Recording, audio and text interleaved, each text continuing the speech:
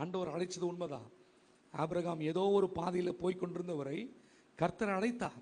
ஆனால் வேதம் சொல்லுது, ஆபிரகாம் கர்த்தரை விசுவாசித்தான், அவர் அவனுக்கு அதை நீதியாக எண்ணினார்.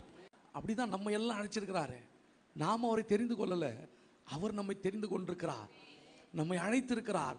அந்த அழைப்பின் விசேஷத்தை புரிந்து கொள்ள வேண்டாம். அந்த அழைப்பை மறந்து விடக்கூடாது. சூழ்நிலைகள், நெருக்கங்கள், பாதைகள் வரும் பொழுது அந்த அழைப்பை மறக்க வேண்டிய சூழ்நிலை வரும். ஒரு சின்ன வியாதி வந்துட்டா போதும், ஒரு சின்ன பலவீனம் வந்துட்டா போதும், அவ்வளவுதான், எல்லாமே மறந்துடும். இத்தனை வருஷமா கேட்ட வார்த்தை, இத்தனை வருஷமா கேட்ட சத்தியம், இவை எல்லாம் ஒரு சின்ன சம்பவம் நடக்கும் பொழுது எல்லாமே மறந்து போகிறது. ஆபிரகாம் கிட்ட என்ன விசேஷம்னா, பெரிய சம்பவத்தை ஆண்டவர் செய்ய சொல்றாரு. ஈசாக்க கொண்டு போய் பலி கொடுக்க சொல்றாரு. அந்த சூழ்நிலையிலும் விசுவாசத்தை ஆபிரகாம் விட்டுவிட